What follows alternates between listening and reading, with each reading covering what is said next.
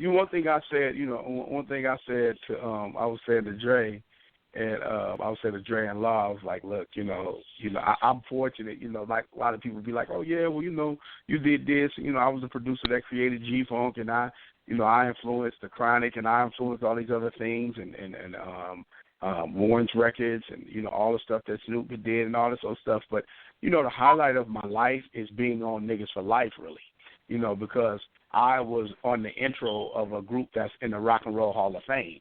So yeah. So and the first number one gangster rap album too. There you go. In the first, my man KMG is the first voice you hear. I'm the second voice you hear on Niggas for Life. So CPO, it's funny. And then it's funny. Yeah, exactly. It's funny how all of us, we were very fortunate to be. A lot of people are not going to be able to say that. Hey, I worked with a group that's in the Rock and Roll Hall of Fame. I was a part of that success, you know what I mean? So to me, that's one of the highest honors. That's saying, like, if you play with, Michael Jordan or Larry Bird or Magic Johnson, you know what I mean? Like saying, damn, I played with them. Like, I was on that team. You know what I mean? Y'all gonna be pretty much y'all going to be remembered forever one way or the other. You know what I'm saying? There you go. Yeah. So that's an incredible, thing to be. Because, and we're talking to Ren. Ren was saying, like, one thing about it, like getting in the Rock and Roll Hall of Fame, it's not really about sales. It's not really about, all that different stuff, all the hype and popularity. It's more about impact, how you impacted the culture. And I was like, there's no bigger group to me from that era than N.W.A. that impacted the culture. You know what I mean? Eazy-E and N.W.A. impacted culture. Now people will say, "Oh, that was the greatest this and that was the greatest that," but they impacted the culture.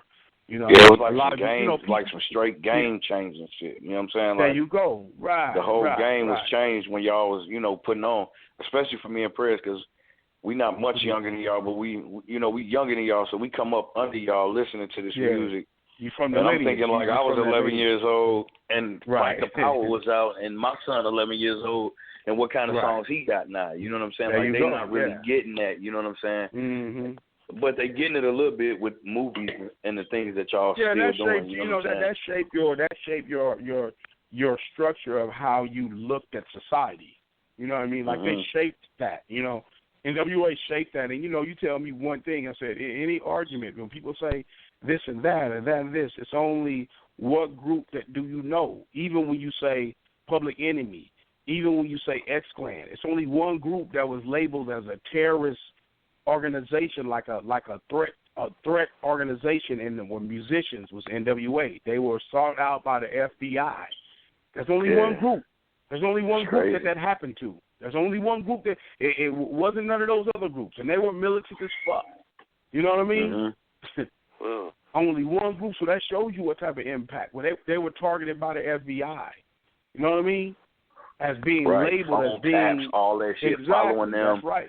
They put bugs in the cribs and shit. Like there you go. So you have to realize what other group has made records that have had that done to them. You know what I mean? What other group? Tell me in the history of it have that happened? Where the government labeled you as that when you do it, and then for Eazy-E to turn around and be at the White House, is even more crazier. He's the first rapper in there. You know what I mean? He's the first rapper there.